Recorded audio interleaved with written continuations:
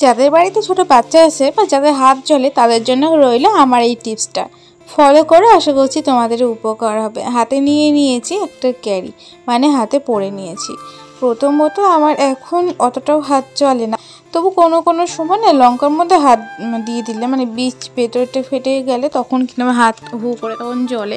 আর অনেকের দেখবি এমনিতেই হাত জ্বলতে থাকে, কিছু লাগুক বা না লাগুক। আর সবথেকে বড় কথা, যাদের বাড়িতে বাচ্চা আছে, যেরকম ঋষি যখন ছোট ছিল তখন কিন্তু আমি একদমই লঙ্কা বোটা ছাড়াতাম না, মানে আমি কেটে নিতাম।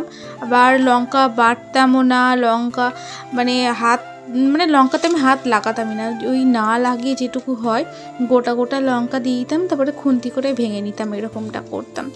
তো এই যে হাতে যদি একটা ক্যারি পরে নাও না, তাহলে তোমাদের কিন্তু হাত ভেতরে কোনো কিছুই হবে না, হাত ধোয়াও লাগবে না তোমাদের, কিন্তু ভালোভাবে লঙ্কা